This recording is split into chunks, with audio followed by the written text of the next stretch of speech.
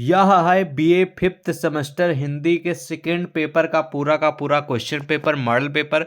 जब भी आप परीक्षा देने जाएंगे बीए फिफ्थ सेमेस्टर में और आपका सब्जेक्ट हिंदी, तो आपको कुछ इसी प्रकार का क्वेश्चन पेपर देखने को मिलेगा। देखिए उसमें आपको अति लघुत्तरीय क्वेश्चन देखने को मिलेंगे। ठीक है, ठीक ऐसे यहाँ पर लिखा रहेगा फिफ्थ सेमेस्टर हिंदी द्वितीय प्रश्न पत्र, लघुत्तरीय प्रश्न, उसके बाद कुछ प्रश्न दिए जाएंगे, उसके बाद नीचे आपको लघुत्तरीय प्रश्न दिए जाएंगे, उसके बाद उसको दीर्घोत्तरीय। 3 तरीके के प्रश्न आपकी परीक्षा में पूछे जाते हैं, कुछ ऐसे ही। ठीक है, और उसमें जो प्रश्न आएंगे कुछ ऐसे ही आएंगे जो मैंने आज की इस वीडियो में तैयार किया। ये आप सभी के एग्जाम के लिए बहुत ही महत्वपूर्ण प्रश्न है, उसी के हिसाब से मैंने तैयार किया ताकि आपको पूरा का पूरा पैटर्न जो है समझ में आ जाए। ठीक है, तो चलिए वीडियो को शुरू करते हैं। पहले जानेंगे अति लघुत्तरीय क्वेश्चन, फिर लघु, फिर दीर्घ। ठीक है, तो अति लघुत्तरीय प्रश्न में पहला प्रश्न है आज की इस वीडियो का कि छायावाद की प्रमुख प्रवृत्तियों पर प्रकाश डालिए। ठीक है, आज की इस वीडियो में सिर्फ और सिर्फ हम आपको मोस्ट इंपॉर्टेंट क्वेश्चन बताएंगे जो कि परीक्षा में आने के बहुत ही ज़्यादा चांस होंगे। बाकी आज की इस वीडियो में हम आपको आंसर नहीं बताने वाले हैं, इस बात को ध्यान रखेंगे। और जो मोस्ट इंपॉर्टेंट क्वेश्चन है वो हम आपको बताएंगे, तो उसको आप लोग नोट डाउन कर लीजिएगा, उनका उत्तर जरूर तैयार करके जाइएगा, काफ़ी आपको हेल्प मिलेगी। ठीक है, छायावाद की प्रमुख प्रवृत्तियों पर प्रकाश डालिए। प्रवृत्तियों की जगह यहाँ पर विशेषताएं भी हो सकता है, इस बात को ध्यान रखेंगे। तो छायावाद से जुड़ा एक क्वेश्चन जरूर देखने को मिलेगा, करीब करीब अति लघुत्तरीय में ज़्यादातर देखने को मिलेगा और लघुत्तरीय में भी आ सकता है। तो कुल मिला के छायावाद से जुड़ा क्वेश्चन आएगा और छायावाद की कुछ प्रमुख विशेषताएं जो हैं वो आपको तैयार कर लेना है। हाई लेवल का क्वेश्चन है, 90% चांस है आने के। ठीक है, चलिए नेक्स्ट क्वेश्चन देख लेते हैं। नेक्स्ट क्वेश्चन कह रहा है कि पुष्प की अभिलाषा कविता के रचनाकार के नाम बताइए। ठीक है, आपके जो फिफ्थ सेमेस्टर है इसमें एक कविता है जिसका नाम है पुष्प की अभिलाषा। ठीक है, ये किसकी रचना है, किसकी कृति है, उन कवि का नाम लिखना है। ठीक है, तो आपको यहाँ पर उत्तर लिखना है। और ये क्वेश्चन जरूरी नहीं किया है, लेकिन कभी कदार आ जाता है, कभी नहीं आता, तो आप पढ़ भी सकते हैं, इग्नोर भी कर सकते हैं। फिलहाल वन लाइनर क्वेश्चन है, तो आप तैयार कर लिए, रचनाकार का नाम ही तो लिखना है। ठीक है, अगला प्रश्न है कि सुभद्रा कुमारी चौहान का जन्म कब हुआ था। तो सुभद्रा कुमारी चौहान के नाम से आप परिचित होंगे, हालांकि आप 9th 10th 12th में तो पढ़े ही होंगे किसी न किसी में। तो ये भी महत्वपूर्ण प्रश्न है, ये भी उम्मीद है आने की। ठीक है, तो इसको भी आप लोग तैयार कर लीजिएगा। ठीक है, नोट कर लीजिए। अगला प्रश्न है कि प्रसाद के काव्य संसार पर प्रकाश डालिए। तो प्रसाद का मतलब समझ रहे हैं, जयशंकर प्रसाद। सबसे पहले तो आपको तैयार कर लेना है जयशंकर प्रसाद का पूरा जीवन परिचय।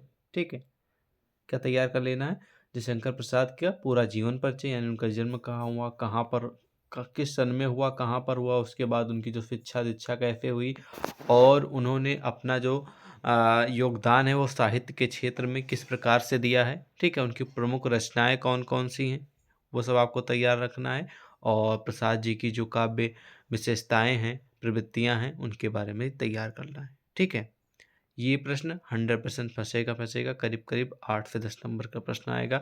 जयशंकर प्रसाद जी से जुड़ा पूरा का पूरा जीवन परिचय तैयार कर लेंगे तो आपको काफ़ी हेल्प मिल जाए, क्योंकि उसी में पता चल जाएगा कि इनके जन्म कब हुआ, मृत्यु कब हुई, और इनकी रचनाएं प्रमुख कौन से इनकी जो रचनाएं उसमें ये तो क्लियर है, छायावाद के प्रमुख कवि हैं। ठीक है, तो छायावाद की कुछ प्रवृत्तियां जो कि ऊपर आपने देखा। ठीक है, और इनकी काव्य की कुछ विशेषताएं, ऐसा प्रश्न देखने को मिल सकता है, इनकी भाषा शैली कैसी थी, इनकी रचनाओं की भाषा शैली कैसी थी, ये प्रकार के देखने को मिलेंगे क्वेश्चन आपको। तो आप लोग ध्यान में रखेंगे, 7 से 8 नंबर का क्वेश्चन जरूर आएगा इनसे जुड़ा, ध्यान रखेंगे, फिर से बोल रहा हूँ। अगला प्रश्न है कि भैया सूर्यकांत त्रिपाठी निराला, यहाँ पर निराला आ जाए तो समझ जाइएगा सूर्यकांत त्रिपाठी निराला जी की बात हो रही है। तो इनका संक्षिप्त जीवन परिचय लिखना है। तो जीवन परिचय आपको यही लिखना है कि भैया जन्म कहाँ पर हुआ था, किस सन में हुआ था, इनके माता पिता का क्या नाम था, इनकी पढ़ाई कैसे हुई, और फिर धीरे धीरे इन्होंने साहित्यिक के क्षेत्र में अपना कदम कैसे रखा, और उनकी कुछ प्रमुख रचनाएँ, कुछ जो काव्य भाषा है उसकी भाषा शैली कैसी है, ये सब चीज़ें आपको लिखना है। हाई लेवल का क्वेश्चन है भी ये, 90% उम्मीद है इस भी प्रश्न के आने की। ठीक है, अगला प्रश्न है कि जागो फिर एक बार कविता का वैशिष्ट्य निरूपित कीजिए। तो जागो एक, ठीक है, जागो फिर एक बार कविता है आपके फिफ्थ सेमेस्टर में सिलेबस में, तो वही से जुड़ा क्वेश्चन है। ये परीक्षा में आ भी सकता, नहीं भी आ सकता, तो वन लाइनर क्वेश्चन आप पढ़ भी सकते हैं, इग्नोर भी कर सकते हैं। ठीक है, अगला प्रश्न है भैया 7 नंबर कि सूर्यकांत त्रिपाठी निराला उपनाम को सर्वाधिक ख्यात किस पत्र से मिली है। ठीक है, कहने का मतलब ये है सूर्यकांत त्रिपाठी जी इनका पूरा नाम है, और निराला इनको उपाधि मिली है। ठीक है, तो ये उपाधि इनकी जो ख्याति है ये किस चीज़ से मिली है, कैसे मिली, वो आपको बताना है। ठीक है, तो ये भी कहीं ना कहीं महत्वपूर्ण है, आने की उम्मीद भी है। ठीक है, अगला प्रश्न है कि कभी कुछ ऐसी तान सुनाओ किसकी रचना है। कभी कुछ ऐसी तान सुनाओ एक रचना है। ठीक है, एक कृति है। ठीक है, ये कृति किस कवि की है, किसने लिखी है, उनका नाम लिखना है, ये क्वेश्चन कह रहा है। ठीक है, महत्वपूर्ण है। अगला क्वेश्चन कह रहा है भैया, हरिऔध जो कि प्रमुख कवि हैं, इनके द्वारा लिखित 2 महाकाव्यों के नाम लिखना है। ये भी हाई लेवल का प्रश्न है, परीक्षा में आने को उम्मीद जताई जा रही है। तो सिंपल सा क्वेश्चन है, कोई हार्ड नहीं, आए या ना आए फिर आप उसको तैयार कर लीजिएगा। ठीक है, और नेक्स्ट क्वेश्चन है कि द्विवेदी युग के प्रमुख कवियों के नाम लिखना है, यानी कि द्विवेदी युग के कौन कौन से प्रमुख कवि हैं। करीब करीब 4 से 6 आपको तैयार कर लेना है, हाई लेवल का प्रश्न है। और यहीं पर छायावाद के प्रमुख कवि, छायावाद के प्रमुख रचनाएं, और द्विवेदी युग के प्रमुख कवि और द्विवेदी युग की प्रमुख रचनाएं, ये आपको ध्यान रखना है। ठीक है, ये तैयार कर लेना है। प्रवृत्तियाँ तैयार कर लेना है द्विवेदी युग से जुड़ी, छायावाद से जुड़ी। ये सब क्वेश्चन का है ना कंपलसरी होते हैं, जो कि रिपीटेड होते हैं, जिनकी उम्मीद ज़्यादा होती है परीक्षा में आने की। ठीक है, चलिए यहाँ पर समाप्त होते हैं अति लघुत्तरीय के 10 क्वेश्चन। ठीक है, लगभग लगभग यूनिवर्सिटियों में अति लघुत्तरीय में 10 ही क्वेश्चन पूछे जाते हैं, कुछ यूनिवर्सिटियों में 5 ही भी पूछे जाते हैं अति लघुत्तरीय में। ठीक है, कुछ यूनिवर्सिटियों में 10 पूछे जाते हैं, हालांकि दोनों के लिए महत्वपूर्ण साबित हुआ। अब हम बढ़ेंगे लघुत्तरीय में। लघुत्तरीय में कौन कौन से महत्वपूर्ण है उनको हम आपको बता दे रहे हैं, याद रखिएगा। पहला क्वेश्चन है कि आला खंड के रचयिता कौन है, इसको तैयार कर लीजिएगा।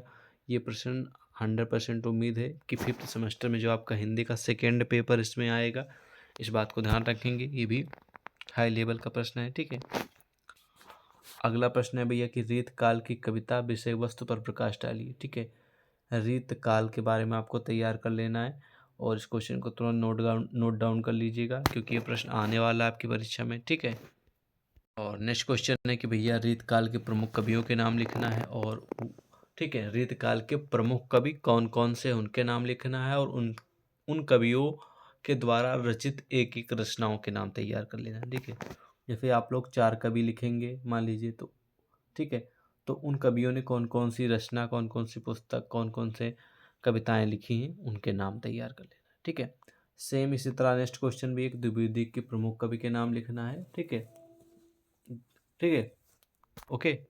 देखिए यही क्वेश्चन आपके अति लघु उत्तर में पूछा गया था, और यही लघु उत्तर में कभी कभी जब आप पेपर देने जाएंगे ना, क्वेश्चन पेपर में भी ऐसे ही आपको मिलेगा कि वही प्रश्न आपके अति लघु उत्तर में पूछा जाएगा, वही आपके लघु उत्तर में पूछा जाएगा।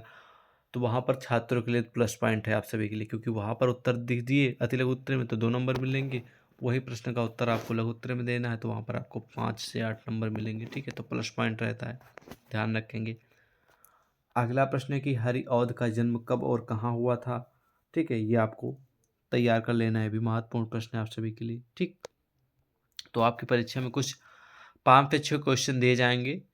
ठीक है, लघु उत्तरीय के, जिनमें से आप लोगों को उनके उत्तर देने होंगे। और लघु उत्तरीय में क्या होता है ना कि कुछ आप लोगों को एक पैराग्राफ, कुछ पद्यांश, ठीक है, कुछ कविताएं दी जाएंगी, जिनकी आप लोगों को संदर्भ सहित व्याख्या भी करनी होती है। और व्याख्या वाला पार्ट करीब करीब 10 से 12 नंबर का आता है। ठीक है, तो उसमें 2 पैराग्राफ के आप लोगों को संदर्भ सहित व्याख्या करने होंगे। ठीक है, और काफ़ी हेल्पफुल क्वेश्चन है, और ये आप लोग ध्यान रखेंगे। अगर आपने बुक नहीं देखी तो बुक ज़रूर देख लीजिएगा, क्योंकि जो पद्यांश यानी कि संदर्भ सहित व्याख्या करने के लिए आता है वो आपके पुस्तक से ही आता है। ठीक है, किताब से ही आता है, तो वाला सेक्शन आप लोग तैयार कर लीजिएगा। फिलहाल उसको हम नेक्स्ट वीडियो में भी कवर करा देंगे कि कौन कौन से पद्यांश हैं, कौन कौन से गद्यांश हैं, जिनके आने की ज़्यादा संभावना है। ठीक है, चलिए अब आ जाएंगे दीर्घ उत्तरीय में। दीर्घ उत्तरीय में आप लोगों को कुछ ऐसे इस प्रकार के क्वेश्चन देखने को मिलेंगे, जैसे कि नंबर 1 पे है कि द्विवेदी युग में नारियों के प्रति सम्मानजनक दृष्टिकोण अपनाया गया, स्पष्ट कीजिए। यानी कि द्विवेदी युग में नारियां, जो महिलाएं, उनके प्रति जो सम्मानजनक यानी कि रिस्पेक्ट दिखाई गई है, उस नज़रिए से आपको बताना है कि किस हिसाब से सम्मान दिया गया है, कैसे दिया गया है, यह सब आपको तैयार करना है, जो कि ये प्रश्न आपको दीर्घ उत्तरीय के लिए महत्वपूर्ण साबित हो सकता है। ठीक है, तो ये ज़्यादा महत्वपूर्ण तो नहीं है, लेकिन उम्मीद है कि 80% उम्मीद है कि आने की। ठीक है, 100% तो इस प्रश्न के बारे में नहीं कर सकते, और नेक्स्ट क्वेश्चन इसी में कि कवि भूषण को भारतीय संस्कृत का संवाहक कवि भी माना जाता है, स्पष्ट कीजिए। ये भी क्वेश्चन कहीं ना कहीं महत्वपूर्ण है, कई बार रिपीटेड भी है, और तैयार कर लीजिएगा तो आप लोगों के लिए प्लस पॉइंट है। 70% उम्मीद है आने की, ठीक है। अगला प्रश्न है कि गुप्त जी का पूरा नाम है मैथिली शरण गुप्त जी, ठीक है। तो ये राष्ट्रीय चेतना पर निरूपण कीजिए, ठीक है। तो ये भी हाई लेवल का क्वेश्चन, ये प्रश्न आने की 100% उम्मीद है। तो इसको आप लोग इसका उत्तर इंटरनेट पे, गूगल पे, बुक में पढ़ लीजिए, ठीक है। तो आपको करीब करीब दीर्घ उत्तर में 5 क्वेश्चन दिए जाएंगे, 4 से 5 क्वेश्चन दिए जाते हैं, और ठीक है कितने, 4 से 5, और बताया जाता है सिर्फ और सिर्फ 2 प्रश्नों को उत्तर दीजिए, ठीक है। और जब आप पेपर देने जाएंगे तो वहाँ पर पूरा दिशा निर्देश लिखा रहेगा कि दीर्घ उत्तरीय में कितने प्रश्नों के उत्तर देने हैं और कितने शब्दों में देने हैं, उसके लिए कितने नंबर दिए जाएंगे। ये सब आपको वहाँ पर एक ऐसे ही नोट लिखा रहेगा, इंस्ट्रक्शन, उसमें सब बताया जाएगा कि भैया कितने शब्दों में लिखना, कितने नंबर का क्वेश्चन है, कितने क्वेश्चन करने हैं, ठीक। वो सारी जानकारी आपको दी जाएगी, सभी लघु उत्तर में भी, दीर्घ उत्तर में भी, और अति लघु उत्तर में भी, ठीक है। और आप बोलेंगे कि इन सभी प्रश्नों का उत्तर कैसे तैयार करें सर? तो इन सभी प्रश्नों का उत्तर आप लोग सीरीज नहीं खरीदे तो खरीद लीजिए, उसमें से पढ़ लीजिएगा, या फिर गूगल बाबा तो है ही इंटरनेट, वहाँ से पढ़ ही सकते हैं, ठीक है। आज का इस वीडियो का मेरा बताने का मेन मकसद था कि आपको दिखाया जाए कि मॉडल पेपर किस प्रकार का होगा फिफ्थ सेमेस्टर का हिंदी का, और उसमें कौन कौन से प्रश्न आने की उम्मीद है। ये पूरा का पूरा क्वेश्चन पेपर, यानी क्वेश्चन जो इसमें दिए गए हैं, आप सॉल्व कर सकते हैं और तैयारी कर सकते हैं, और भी क्वेश्चन प्रोवाइड करेंगे जल्दी, ठीक है। मिलते हैं एक और नई वीडियो में। जय हिंद।